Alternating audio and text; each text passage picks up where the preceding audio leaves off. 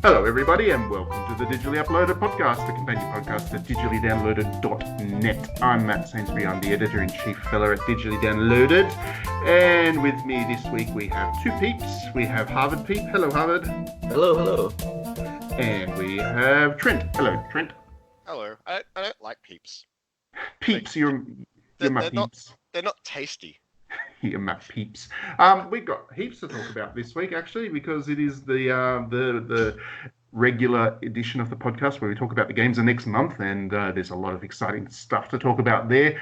It's going to be a huge month for playing games, and we're also going to talk about Final Fantasy this week because Final Fantasy is cool, and we're going to get controversial. We're going to talk about the best Final Fantasy games of all time, and that's going to get heated and stuff. But to start with, to say the least, we all have opinions about Final Fantasy and which is the best. And of course, I'm right. Everybody else is wrong. But we'll delve into that later on in the podcast. So to start with, though, we're going to listen to some Hatsune Miku music. It's actually Miku's birthday as of yesterday when we record this, the 30th of August. And that means Miku's been around for 12 years now. Can you believe it? Going from strength to strength. And what song will we pick? We'll pick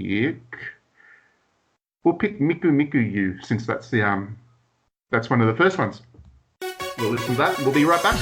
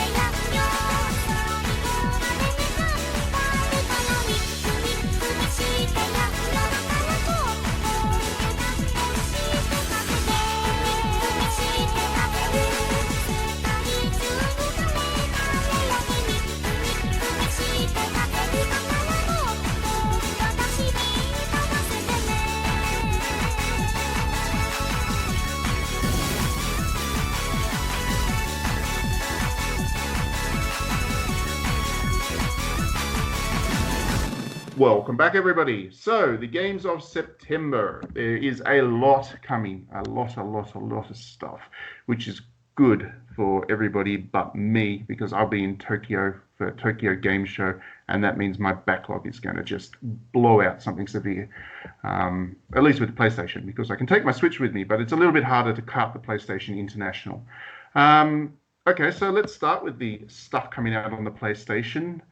So, September 3 comes Catherine Full Body. To start things off, that game, the review embargoes on that have already lifted, and of course it's a very good game and well worth playing. So yeah, definitely grab that one, especially if you haven't played Catherine before. Here's your chance. Also on September 3 comes Final Fantasy VIII Remastered, which is the inspiration for most of the rest of the podcast when we talk about the best Final Fantasy games of all time, because Final Fantasy VIII is one of the best, if not the best of all time. What else we got? River City Girls comes out on September 5. That's WayForward's latest one. Obviously takes place in the River City Ransom world, but you get to play as the girls this time around, which is neat. Looks really good, actually. September 6 comes a very big expansion to Monster Hunter in Iceborne. So that's, I don't know. I haven't played Monster Hunter World yet. Is it something to get excited for, guys? Anybody? I haven't been playing it either. I'm not a Monster Hunter guy, so that's kind of a bad question to ask me. But more content is always good, right, Matt? More content. Yeah. It's lots more content. Content is great. Everything is about content. Content is king.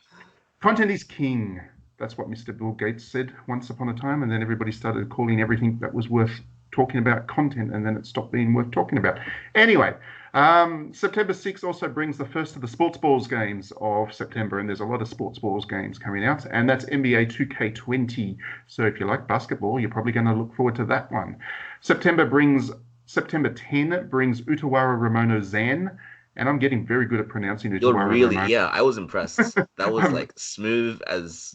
Yeah, I remember the first time you were like, blah, blah, blah, blah, blah, blah. Yeah, exactly. It's been a lot of practice, but I'm there now because it's actually one of my favorite series, and I'm really looking forward to this one. Utawara Ramono Zen is the Dynasty Warriors style action RPG, it should be good. It looks really good. Wasn't it originally like a turn-based strategy game, and now it's gone Dynasty Warriors? So Utawara Ramono originally was one of those adult visual novels. In Japan, it never got released in English as that. And then they decided to add tactics battles to it, Final Fantasy tactics style battles to it. And that's when it got released in the West and grew in popularity. They also did an anime, and now they are doing these kind of spin-off games, of which Zan, which is the Dynasty Warriors one, is the first one. Oh, so they're franchising. Good on them. They are franchising. It actually is growing to be something. It's not quite as big as Fate, but it's following that kind of same path. Where Fate started off as a creepy visual novel for pervs and then grew into something quite huge. Utawara Apologies to all the Fate fans out there. Hey, I'm a fan of it because, I'm one of those creepy perv guys. But yeah, Utawara Ramono is following the same kind of path there, which is cool. Good on them. So, moving on, September 10 brings the second Sports Balls game in eFootball PES 2020, which is the dumbest name ever. Konami, just call it PES, for God's sakes. NHL 20 also comes on the same day, so if you like your ice hockey, then you're probably going to look forward to that. And NASCAR Heat 4 also comes on that day, so if you're one of those weird people that likes NASCAR, then there you go. You're catered for as well. Randy Pritchford's Borderlands 3 comes out on September 13, and we don't care about that. Ellen comes out on September 13 as well, and that looks like a neat little creepy horror game thing, I think, from the previews that I've seen of it. September 17 brings AI, the Somnium Files, which is Spike Chunsoft's latest visual novel thing, I think. Is it a visual novel? I think it is. If not, it's visual novel-ish. It's a story-driven detective game thing, I think. So it from the screenshots, I obviously don't know too much about it, but from the screenshots, it looks pretty neat. If you missed your chance to play the original Ni no Kuni on the PlayStation 3, then you get to play the remaster on September 20, which is a pretty good game, well worth looking into. The Surge 2 comes out on September 24. If you like Dark Souls clones and enjoyed the Surge, then I think the Surge 2 is probably a step up from it. You'd hope so anyway, otherwise why did they bother? Where are we going next? So there's some weird game called BDSM, which stands for Big Drunk Satanic Massacre, coming out on September 26. Know nothing about it, but on the name of it, I'm keen. I'm sold on that one. Yeah, it's a real provocative name they got there. Well, it's got my attention. Let's put it that way. September 27 brings Code Vein, finally. I think that game's been delayed a couple of times, but it's finally out, unless it's delayed again. Vampire RPG from, who was it again? Bandai. Bandai, yeah. Bandai's publishing it, at least. I don't know who's developing it. But yes, it's a vampire RPG thing, which looks like it takes some inspiration from the Soulsborne stuff. So it looks good. I know that people who have had hands-on time with it have walked away with mixed opinions on it, but it looks good. For people who like simulation games, on September 27 comes Tropico 6. Obviously, that's been out on the PC for a while, but if you're like me and prefer to play your games on console, then there you go.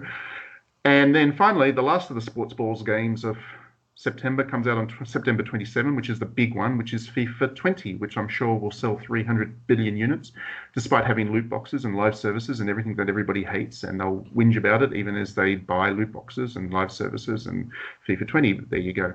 That's how the industry works now. So moving over to the Nintendo Switch, what else is coming out that we haven't already mentioned or is unique to Switch? September 13, we've got Daemon X Machina, which is going to be really good. You're jumping ahead there. Oh, sorry. Did I miss one? Very naughty. Yes, Spyro. Spyro comes on September 3. Oh, does it? Huh. Yes, onto the Switch, the trilogy. So you can pick that up, which is pretty cool, I think. If you like Spyro, then you're probably going to enjoy playing it on the go. And then September 6th brings Gun Pixies, which Harvard, it's probably just as well Alan's not on the podcast this week because just mentioning that one would flip him out. Let's not talk about that. It's Compile Heart's latest one. It's a third-person shooter thing where you play as a really little pixie and the girls are, well, lots of upskirts, let's put it that way, and move on. Is that only Switch? Well, it was originally released on the Vita ages and ages ago in Japan only, so it's only getting a Switch release this time around, courtesy of P-Cube. That's really weird to have that game be like in the West, Switch only, of all places. Well, the Switch is where all this stuff is going these days. Yeah, it's so strange. Switch is like the new Vita. It is, it really is. It's like, the new everything now. If you go to the Japanese Switch store and you pull up the coming soon, it's like 90% visual novels. The visual novel side of things for the Switch is just massive, which is good because I like my visual novels. And actually, speaking of visual novels, jumping back a little bit to September 5, If My Heart Had Wings comes out, and I know that doesn't mean anything to anybody who's not a fan of visual novels, but it is a very beautiful one with some lovely art style, and it was originally released in 2012, I believe. So this is the console version of it. And I was going to say that's a bit of an older one, isn't it? Yeah, it is an older one, but it has a good reputation. It's a popular one, and yeah, it does look lovely. So on the Switch, it should be good. Moving back forward, yes, we'll get to Harvard's one now. Daemon X Machina. I'm so excited. Okay, tell us why you're excited for this one, Harvard. So I don't know if we've lost Harvard. Giant robot games. Oh, hello. Sorry. Yeah, we lost you a little bit there, Harvard. We had a bit of a technical glitch. Sorry. Glitch. There, that's the word I was looking for. Glitch. So you want to start that again? Yeah. So if anyone remembers the Armored Core games back when From Software made giant robots, a lot of the people from those teams came together to make a giant robot game for Switch. And the demo looks great. The gameplay looks great. It's good. There hasn't been a lot of giant robot games lately. And it's timed just lovely, so people will be finished up with Astral Chain just in time to play Daemon X Machina. Oh yeah, definitely. Switch owners are going to get really spoiled with this one. Yeah. Nintendo has been good with feeding the Switch, obviously. And Astral Chain did just come out, and it's a very good game as well. So having those back-to-back is pretty neat. Star Wars Pinball comes out on September 13. I just want to put a little call out to that because Star Wars Pinball comes from Zen Studios, and there's a lot of Star Wars tables. They're all very good. And it wasn't actually included in the original release of the Switch Zen Pinball 3, so you'll have to buy it separately, but well worth it because those are good pinball tables. What else have we got? The Legend of Zelda Link's Awakening comes out on September 20, and I know Trent's really keen on it. I'm still not sold on the art style. It still looks like... The art style's great. It looks like Secret of Mana. I keep saying this. It looks like the Secret of Mana remake. Oh, the remake. Yeah. It scares me something severe, but I'm hoping it's good because actually Link's Awakening is kind of my favorite of the entire Zelda series. So once you sit down, it's really stuck on. It's going to be great because you'll see the art style. It looks nice and like clay-like. It'll look great. It'll bring you back to your childhood memories. That's the promise. well, you're not. My attitude with it. Oh, sorry. It's like I like that every Zelda game has a new art style, and they're trying new things with each one. That's what I like. So I'm just like, maybe this one will be the one time they try the clay thing, and they'll just do something new next time. Yeah, let's put it this way, Trent. You're not often right, but you were right about Rabbids being. So I'm hoping that you're right about this one as well. Hey, I was right about Astral Chain. Like, I normally don't look into those games. I was like, Astral Chain's going to be good. And I started playing it. I'm like, wow, this is good. Except for that bloody dog thing. Like, put some more on that, woman. I was being mean. You do get a lot of good games, right, Trent? You do call a lot of good ones. So fingers crossed you call this one good too. Dead by Daylight comes out on September 24. If you like your stalker horrors, then you're probably going to enjoy that one. On the Switch, on the go. I don't know why you'd actually buy that since you have to be online to play it. And with the Switch, you'll often not be online. But anyway, I'm sure some people will care about it. Darksiders 2. The Definitive Edition comes out on Switch on September 26th, so you can pick that up if you enjoy your Darksiders on the go.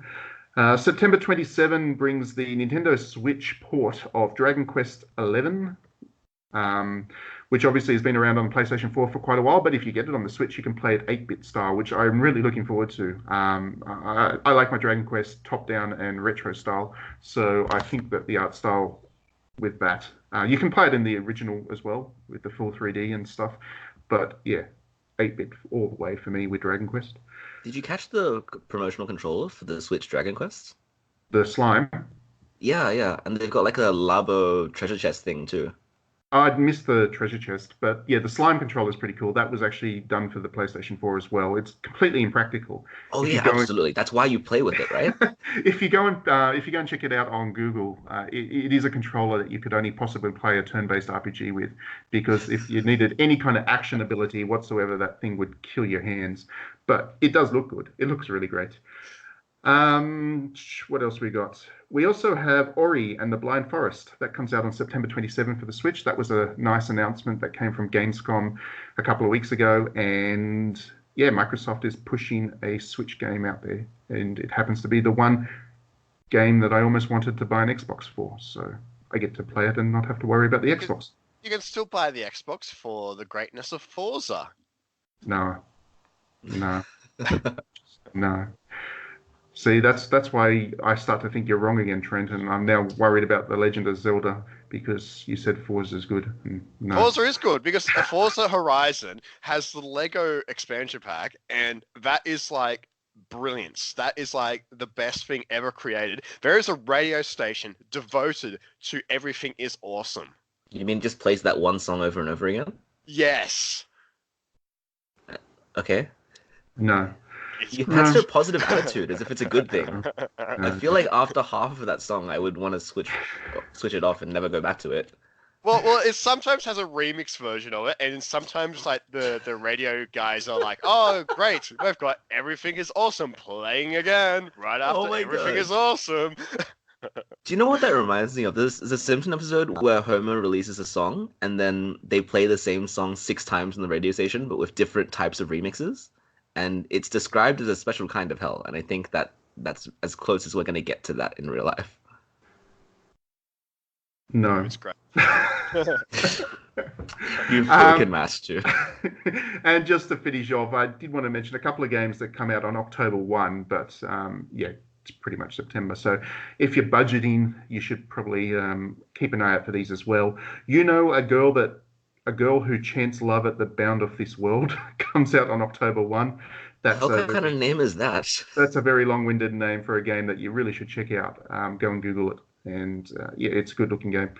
And then actually, October 1 also brings a whole deluge of Baldur's Gate and classic RPG stuff to the Switch as well. So Baldur's Gate 2, Planescape, and I believe also Icewind Dale. All of those games come out on Switch on October 1. If you're like me and you have fond memories of playing those games back in the day, having them on the go on a console, it's pretty cool. That's great and all, but let's go back to September. Untitled Goose Game is coming out. Oh, yes. It is. September and I 20. It's not on my list. That's why I forgot about it. But it was just this morning, I think. Yeah, it was just announced this morning. So that's going to be the greatest Australian game of all time. It comes out on September 20. And it lets you play as a goose that's basically a dick. You steal farmers' lunches, throw them in lakes, and basically, you get to terrorize these dudes as a goose. And that's pretty much my life. That's what I've always wanted to do in my life. And I love the pitch for that game. It's like it's a stealth game. You're trying to be spotted for as long as possible. Yeah, it should be a very interesting game. It looks mechanically interesting. The concept is hilarious, and it's an Australian game. So good to support on that basis as well. On that note, we're going to go to music. Ooh, actually, Matt, there's one more that you might like. Sorry to take up so much time. Okay, sure. There's a game coming out Switch and PC on September 6th called Creature in the Well. And it is a dungeon crawler / pinball game. So you swing your sword and you bounce projectiles around like pinball balls, and you get combo points and all that. It looks really cool. I'll check that one out for sure. Cool. So as we said, an awful lot of stuff coming out in September to look forward to and play and enjoy. And yeah, let us know what ones you're keen on, listeners, in the comments of the podcast. I don't think I've ever actually asked people to comment on podcasts, but there you go. I've done that now. We're going to go to some music from Baldur's Gate, and then we're going to come back and talk about Final Fantasy.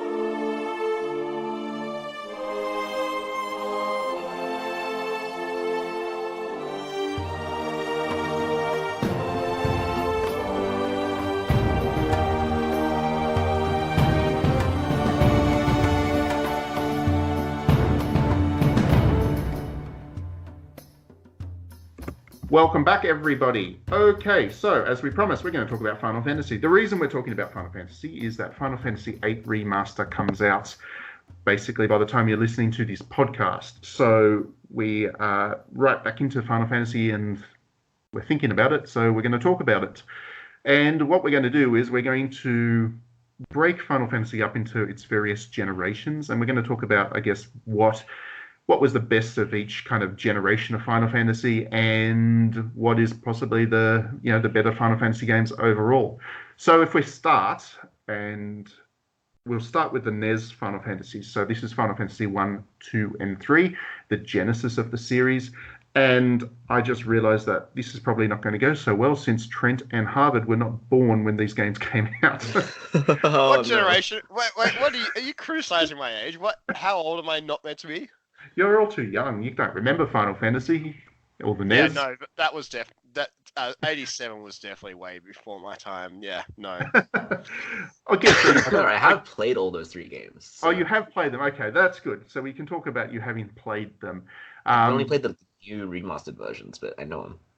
Oh, you've played the pretty versions, not the hardcore, ugly as anything originals as they appeared on the original consoles. Okay, well. Harvard, tell us, of those 3 Final Fantasies, which one do you find the most engaging? And I guess the big question with these 3 are, is there a reason to play them today, or is it really just something for pure nostalgia for people who, like me, are old enough to actually have grown up with this series? Yeah, the one thing I've never understood, Matt, is that you can enjoy the NES Final Fantasy 1 as it was originally released. Because... I do. I play it every year. I still play it every year through, at least. No, but the remaster actually makes it extremely good. But if you go back to the way it was, it's near unplayable.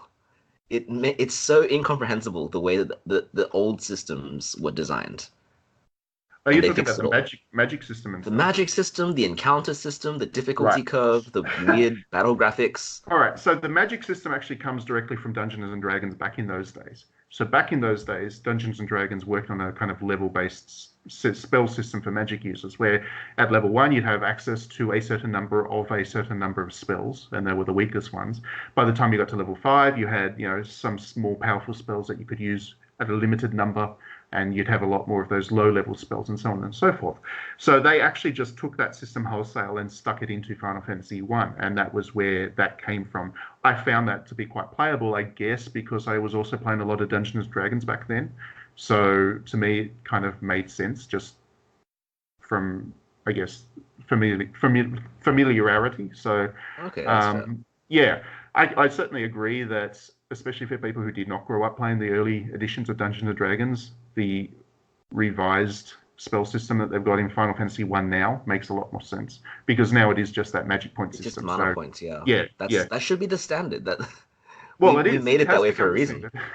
It has become the standard for that reason. I think it is a much better system, and on a kind of mechanical level. So, yeah, but I know you've mentioned it a couple of times before whenever we talked about Final Fantasy 1, why that spell system is there. So I figured I'd fill you in, because it wasn't just random. They actually did that for a particular reason. Yeah, they were looking to... Because remember, Final Fantasy 1 and Dragon Quest 1, they were both attempts to do Dungeons and Dragons in video game. So the developers of those games were very much inspired by Dungeons and Dragons, and they wanted to do their take on it. So that's where the entire JRPG series came from. So it makes a lot of sense that those early games would be closely modeled after the D&D experience. Yeah. I've also got my controversial opinions about the first 3 games. Game 1, not controversial, completely holds up. Absolutely everyone should go play it. Game 2, Final Fantasy II, holds up. It's got silly systems and a silly plot, and everything about it is weird, but I enjoy it. And then Final Fantasy III does not hold up. Do not play this game. Ooh, that is very controversial, because I was going to say probably of the 3, Final Fantasy III, I would say is the better one as a game. I have that nostalgia for the first, and I enjoyed the second for various reasons. The second one actually was the one that introduced a lot of Final Fantasy elements. Like chocobos don't exist in Final Fantasy 1, but they are there in Final Fantasy 2. That's where chocobos first appeared. And Final Fantasy 2 was also the one that gave characters names of their own and personalities. Oh yeah, and like stuff. characters aside from generic fantasy person. Yeah. Yeah, exactly. So Final Fantasy 2 was the first one to introduce characters as plot points rather than just avatars that you maneuvered around a world. So Final Fantasy 2 was quite innovative. But Final Fantasy 3, the only real innovation it brought to Final Fantasy was the job system. It was the first of the series to have a job system. But yeah, I really enjoyed, I think, everything about Final Fantasy 3. Admittedly, I never played the original because it was a Japan only. The only one I've ever played is the 3D remake. What I feel about Final Fantasy... Oh, yeah, sorry, Trent. I just realized I have played the originals, but the Game Boy Advance version. Yeah, exactly, the better versions. Yes. Oh, the Dawn of Souls, which is one and 2 Dawn together. of Souls and Final Fantasy 3. Final Fantasy 3 was never released on... Oh, that was DS and then that iOS. Was DS. Yeah, that's right. Yeah. So, yeah, I mean, Trent, since you have played them, or at least the first 2, which one do you remember them? Because it would have been a while ago you played them. Yeah. I was like, what, did they come out in like 2004? That was a long time ago. Yeah. I'm like actively researching while we're on the podcast here, and I'm like, oh, I played these, I remember this, and I'm like, oh, yeah. I probably, from memory, I probably played not a lot of it anyway, so even if I did remember the games, I probably wouldn't have had an opinion on either or either. I probably would say I enjoyed the first one the most, because that probably would have been where I started, and then I would have played the second one yet, so... Yeah, that seems like a me thing. No, it makes sense. The remastered first one is most similar to what you find in JRPGs today. The remastered second one still has the weird systems, which is like leveling up your characters by getting hurt and casting spells over and over, and no XP and stuff like that. Well, I mean, that system is kind of an early version of what we see in a lot of Elder Scrolls stuff now, right? Because it is, but it's not explained very well. No, it isn't. And I'm not kind of defending the system. I think it was not a great system, but it was a kind of pioneer in that. Yeah, they tried. You leveled up, you got experience and you leveled up by using abilities, which is not a bad idea. We've seen it done quite well in lots of RPGs since. So, again, that is quite innovative, but not necessarily a great game today. Which is why we probably don't see it too often. I mean, we see Final Fantasy 1 still plastered everywhere because Square Enix just can't get enough of re-releasing that thing. But yeah, we don't see the same interest in Final Fantasy 2 or 3. Final Fantasy 2 definitely gets when you're making a ranked list, it's the designated bottom, because one's going to be mad at you putting it at the bottom. Except for Final Fantasy VII, he's actually the one on the bottom, but we'll get to Make him mad when we get there. Moving on, let's talk about the Super NES ones, because I think, I would imagine for you two especially, like the Super NES Final Fantasies would be what you'd think of as your introduction to Final Fantasy. Is that actually no? Fair to say? I have only played about 2 hours of each Super NES Final Fantasy. Really? Oh, okay. I know the systems, but only from games that adopted them and like made it more modern. So even with the availability of Final Fantasy 4 and 6, 5's a little bit harder to find. I own all 3 of those games like 3 or 4 times on different systems. I just never gotten into it. See, I'm with Harvard. Like, my introduction to Final Fantasy is literally anything which was released on the Game Boy Advance. Like, I knew of the series before then, and I probably played these 3 a little bit of the Sony Sony ones. But if it was released on the Game Boy Advance, I most likely played it. But the fondest memory I have is with Tactics. So that's kind of where I am with the start of the series. Ooh, So, Tactics Advance? yes. We're not love talking about tactics. We'll come back No. to that. We're not talking It's so about we're not good. talking about the spin-offs. We're not talking about them just yet because Okay. otherwise I'll start talking about Chocobo Dungeon, and you really don't want me to start talking about that. Okay. Okay. Yeah, Well, would've it's like played Star Wars. The spin-offs are the better thing. Like Star Wars movies are shit, and then you've got like, the spin-off one where it was like a prequel to one of the movies. Rogue One, is it? I don't know. Who cares? And it's like the best film ever. So it's like Final Fantasy, equivalent of that. We'll get to that point. Yeah. Later. But I Anytime. guess Never. I get to be the expert on the Super NES fantasies by default then, since I have played them all. Okay, so quickly running through them. Final Fantasy IV. Well, that was kind of the first, big step up because the NES obviously set down the NES trilogies as such set down Final Fantasy as a genre, as a game, and kind of really helped to establish the JRPG genre. Final Fantasy IV was the first one to step it up a notch to start to really explore what would become the JRPG template, I guess. So it was the first ATV game, right? It was the first ATB game. It was the first game that had a really intense character-driven narrative because you had this character called Cecil. He was the lead protagonist, which is a pretty silly name, I guess, today. But Cecil started out as a Dark Knight, and then midway through, in a huge twist, he renounced everything that he stood for beforehand and became a paladin, which reset him down to level 1. So you had to then, level him back up mid-game. And it was... mechanically, it was interesting, but also, in terms of storytelling and the philosophy behind it, it was a really clever moment. And I guess that was the moment that Final Fantasy started to show that it was more than just a game, that it could be a storytelling experience as such.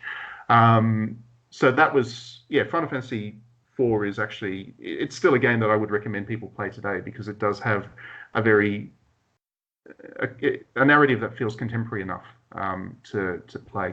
Final Fantasy V is the kind of the lost one. Square Enix doesn't do too much with it anymore.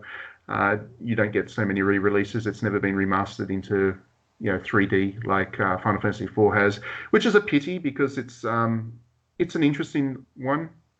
It's got the most advanced job system of the early era Final Fantasy.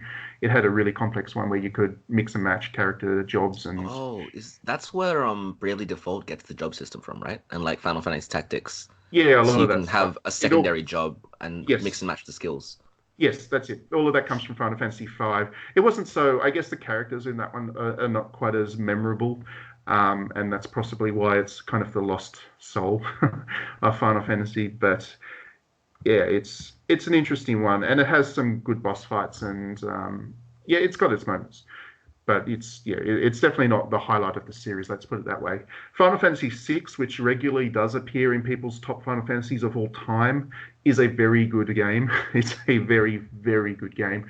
Again, because it is such a strong narrative, and it's got the first villain who's kind of iconic to Final Fantasy in Kefka. What a magnificent villain Kefka is.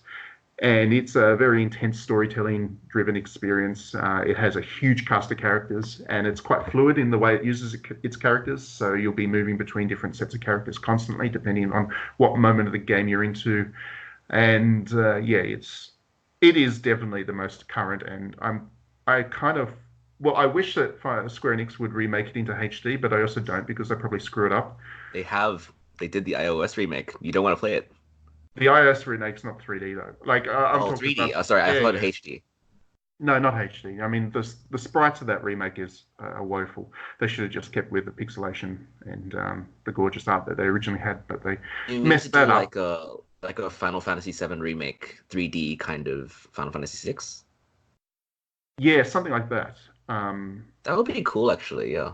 Yeah, I mean, the game has an incredible narrative. It's such a strong storytelling experience. It's very contemporary, very modern. Most JRPGs today can't even approach the kind of the depth and the intelligence of Final Fantasy VI. It was a rare masterpiece. What I respect about it too is that they got that emotional impact out of sprites, which is really difficult compared to everything else in the SNES. Well, they did, and the sprites, the emotional impact is a combination of the story, the incredible artwork, And of course, the music. The music is absolutely stellar in Final Fantasy VI. Every time you go to a Final Fantasy concert now, you're guaranteed of getting at least some Final Fantasy VI music because orchestra, when it's done by an orchestra, it's just such a powerful bit of music, which is another reason I'd like to see the game properly remade, because it deserves an orchestral soundtrack.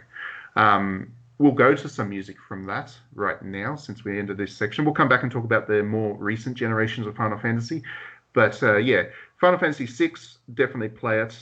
It's, objectively speaking, it's the top of the early era of Final Fantasy.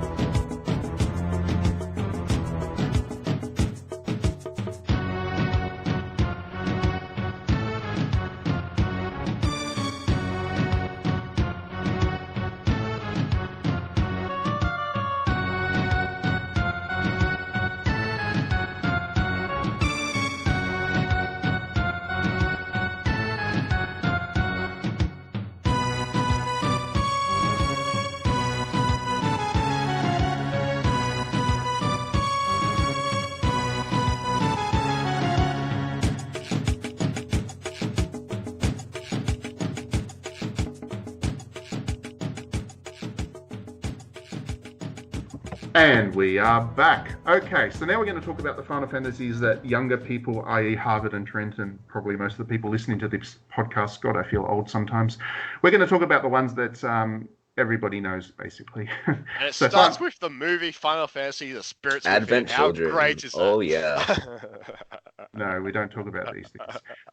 We're talking about the PlayStation Final Fantasies first. So Final Fantasy VII, 8, and 9. 7 and 9 have been readily accessible for a long time because Square Enix puts them on everything. Final Fantasy VIII was a lost game, famously. Square Enix lost the code. But like I mentioned at the start of the podcast, thanks to some magic, they've actually managed to find a version that they can, reverse render or whatever, and they've managed to extract the code, and they've done a HD remaster of it. And it's actually a very good port. It's a very high quality remaster. It's actually done by .emu. Oh, those guys. .emu?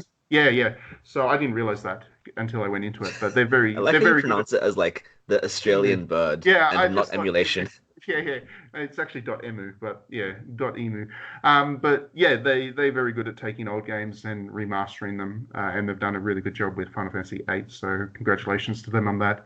But let's talk about the games. Trent, have you actually played these three? What three are we up to? 7, 8, 9. PS1. 7, 8, and 9? No. Okay, Harvard, have you played? I'm more of a 10 onwards kind of person. Okay, we'll get to you next then. Harvard, did you have played the three, right? I have played this, but I also sympathize with Trent. PS1 era is a bit too old for me. Sorry, Matt. I feel so old, you guys. I'm creeping. The PlayStation era is the one with that chick which dies, right? Yes. Yes, that's Final Fantasy VII, which... That's Final Fantasy VII, yes. It's a pretty good game. That's literally all I know. Before Matt gets to say his opinions on it, Final Fantasy VII is a pretty good game. Good story, really good opening. So they set up some interesting themes about environmentalism and like what it means to be a hero and stuff. Kind of gets dropped halfway through, which is sad, but it starts off well. it's the one Final Fantasy I think where the reputation of the games actually got worse over time. That's um, that's I mean, because it was, if you think about it, it's really the first Final Fantasy that took mainstream appeal. You know, it was the first, whoa, this is 3D kind of game, and it was the first. I think it was the first one ever to be released in Europe or something like that. I feel like Europe didn't get 4 and 6, but I could be wrong. I don't know the story there, but yeah, definitely Final Fantasy VII did bring Final Fantasy to global mainstream popularity, and it was very fondly remembered as the best Final Fantasy for most people for a very long time. I never thought that, to be honest, but I do feel like its reputation has soured over the years. I think because it's a little bit simpler than a lot of other Final Fantasies. Like you said, there is those themes about environmentalism and what it is to be a hero and all that kind of stuff. But really, when you look at the villains and kind of caricature villains, they're a little bit simple. No, but that's the thing as well. Like the setup for Sephiroth was really, really good. The way that the story kind of had the shadow of his existence over all of it, that was cool. And then you met him, and then I was like, ah, you know. Yeah, he just becomes this giant walking cliche. Oh, he's a bad dude. And Cloud, I feel like he does. I mean, Square Enix has done the grumpy hero thing so much better than Cloud in the years since as well. Yeah, We'll get he to that in a actually he second. wasn't that grumpy. It's just that the memory of that game has put that attitude onto him, like Advent Children and the extended universe and just the stuff people remember. But Oh, if you play from the start, it's like he's it's a pretty he's a dude funny. that's burning with generic rage a bit. Um, It's uh, like Niku on The World Ends With You. A bit angsty, bit Oh, Neku, teenage. yeah, Yeah, yeah, Niku. got teenage angst Niku. gone. Yeah. yeah, he's so yeah. And I think also the big thing about Final Fantasy VII was that emotional resonance of what happens to Ares. Um, she dies. That's not a spoiler anymore. We can actually talk about it. Shut up, anybody who gets upset at me for spoilering that. She dies, and for a lot of people, I mean, that was a very important moment in video game development history, storytelling, because before then, heroes didn't die, right? they Oh, they but never they died, did all the not often, time. They not just didn't not get talked about as much. not in major games. There was some, maybe perhaps niche ones or whatever, but in terms of major mainstream RPGs, heroes did not die, and they weren't gone for good Yeah, that's if they fair. did. Or at So, least not halfway, and then you feel and it for on the top of game. that, it was the hero that was kind of the love interest as well.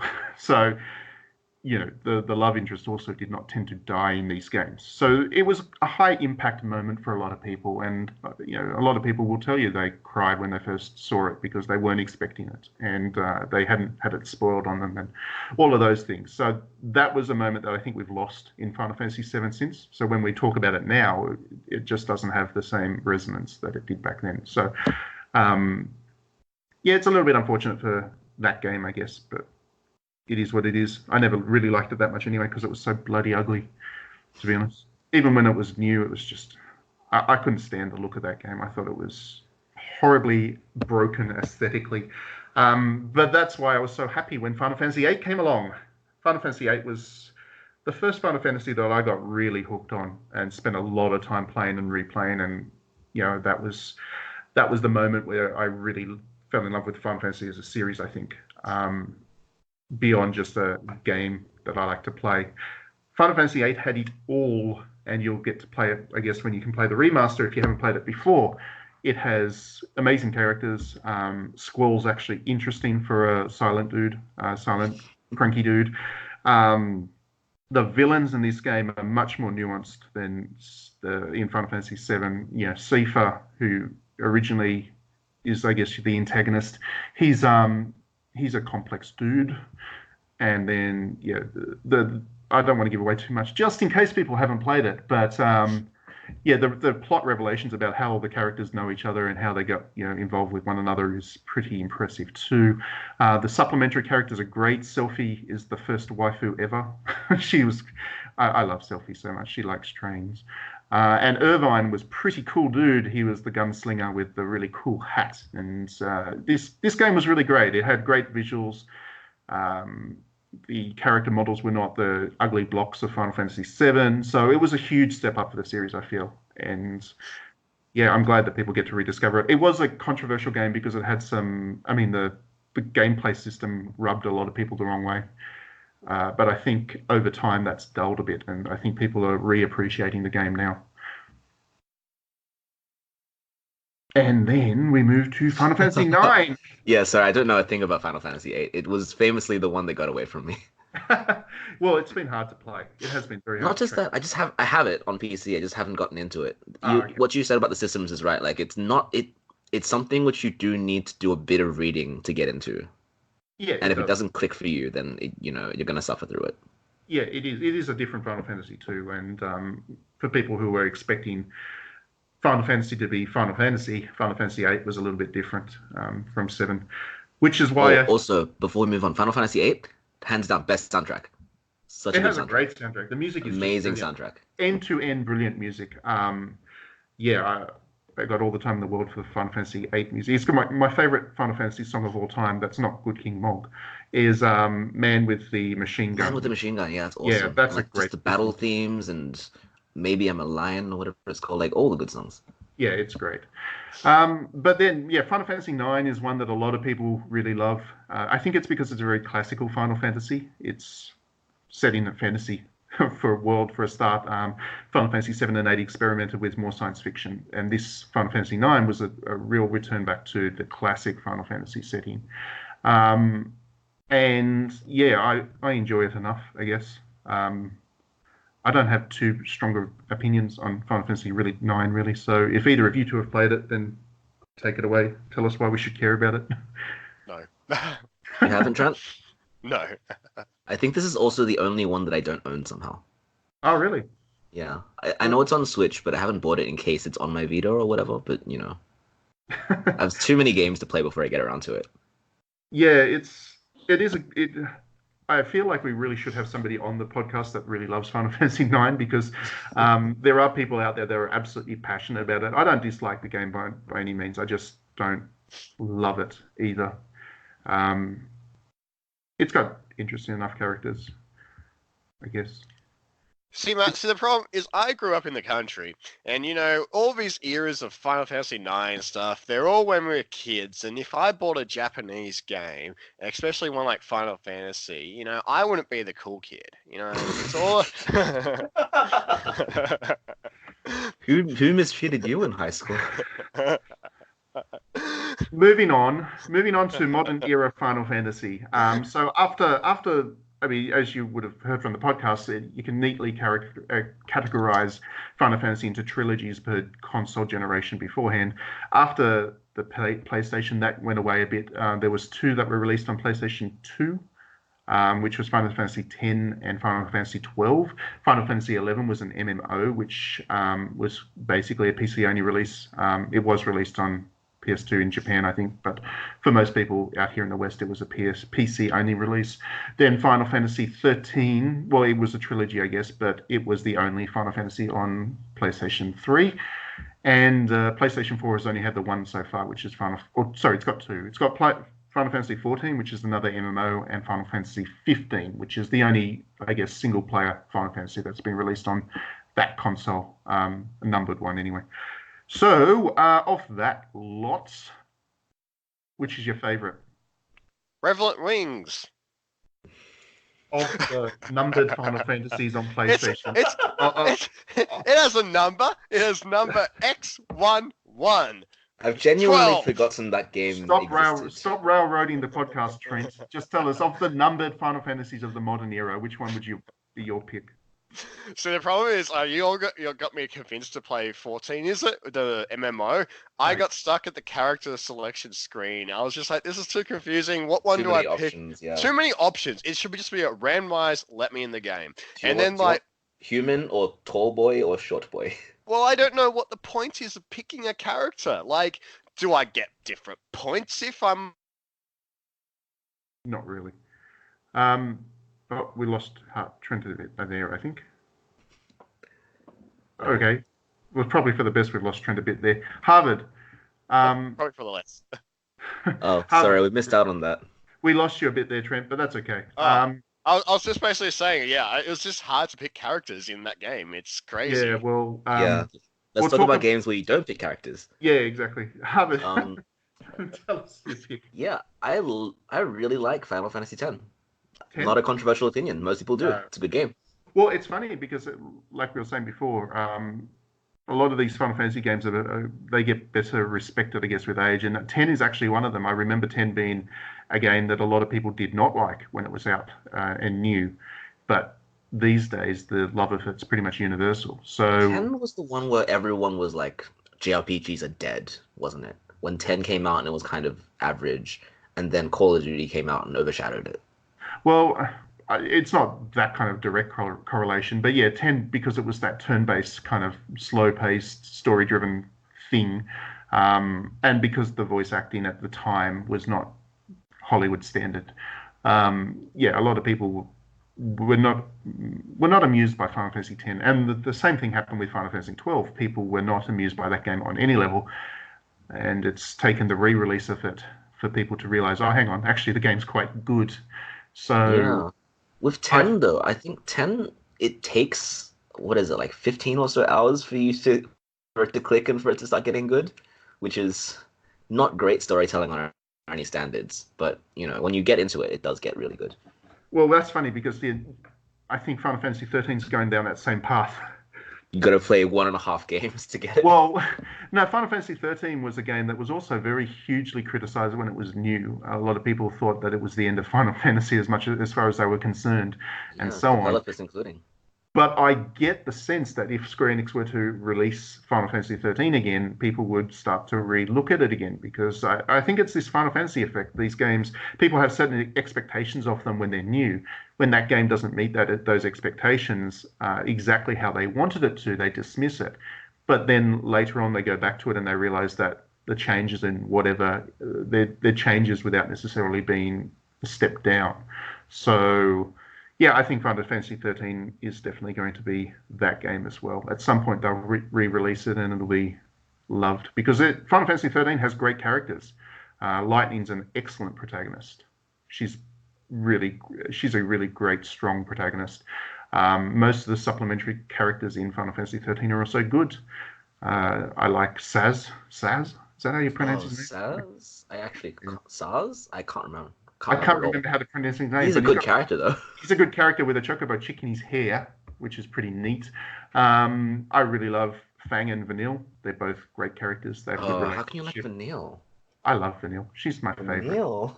No. Yeah, she's a sweetie pie. She's great. I love her. The only character Snow starts out as this stupid thug dude, but I like what they do with Snow in the narrative. And okay, yeah, exactly. Vanille's narrative, sure, fine. Her character model and her voice acting and whatever, you know, I could do without. But what they do with the story, yeah, good. They did good things with the characters in 13. Yeah, the only character I didn't like. Even Hope. Hope they tried. Hope is not my man. He's Vaughn from Final Fantasy 12 all over again. I also love that from the PS2 era onwards, every Final Fantasy game just got the worst protagonists, and everyone around them is great. All except for 13. Lightning's great. No, that's except for 13. But Vaughn in 12 and Titus in X, and then 10, and then Titus is horrible. Look at the cover art. Like if that was like on the cover, this is why it probably didn't sell well in America, and like everyone hated it, and like everyone moved on. Look at the cover art for like 10. It is shit. Yeah. The end. End of rant. Yeah. They didn't do a great job of selling them on these games. Well, what Trent's referring to, podcast listeners, in Japan, Final Fantasy has traditionally just been the logo on a white background, and it's been gorgeous and very elegant way to display a game. For whatever reason, with the Western releases, Square Enix felt like they needed to graphic them up, so they've been kind of overwrought, overly coloured, filled cover art, and it's been... It's like not... how Nintendo games get the angry faces on the American. Oh yeah, angry Gubby. The localization of the cover arts of Final Fantasy has always been an odd one, but that's rather unrelated to the quality of the game. But yeah, to go back to your point, Harvard, you are right. the protagonist in a lot of these Final Fantasy games is are quite annoying. Tidus is annoying. Varn, he technically is the protagonist, but he kind of fades into the background, which is good. Lightning's great, but Noctis from Final Fantasy 15 is just, he's the worst. I love that they play a joke about Noctis just being the angsty teenager at the start. And they're like, we know he's going to be this guy. Like, this is a Final Fantasy game for Final Fantasy players. We're going to make this joke. Noctis's boys are good. Oh, yeah, absolutely. Like, all the side characters. They're all great. I really like the cooking guy, Ignis. He's my favorite. Oh, Ignis, yeah. I like Prompto. I like how he just takes photos. Oh, I love it. I know. He's so excited to show you his photos. Yeah, I mean, they're all great. And I like the Beefcake guy, too. Gladiolus is good. I love that, like, in combat, he'll, like, help you out and make a big deal out of it. Yeah. The Final Fantasy 15 is a really interesting one. Again, it's been quite controversial on release, and I think it's going to be better respected, 10 years down the track. But for now, it's a bit of an odd one because it's not very Final Fantasy. It feels very open world and it feels very different to the other Final Fantasy games. But I find the relationship between the characters to be really good. As a kind of road trip boys on the road kind of story, I felt it worked and was quite enjoyable for that. Which is odd. I don't usually like my JRPGs to be all men. I prefer the ladies. But yeah, I think Final Fantasy 15 will be what I respect about 15 is that they can do a Final Fantasy with a unique vision. Instead of thinking, well, we're this big series now, we have to just play to our strengths. They can still explore new ground. Yeah, and I'm hoping they think that however long it takes for them to do Final Fantasy 16. I hope they're thinking on the same wavelength. And I also like with Final Fantasy 15 the way they expanded the world beyond the one game. It became quite a broad media property as such. Because... Yeah, I mean, they've been doing that with every game, haven't they? They've done Ivalice for 12, and then they did Fabula Nova Crystallis for 13.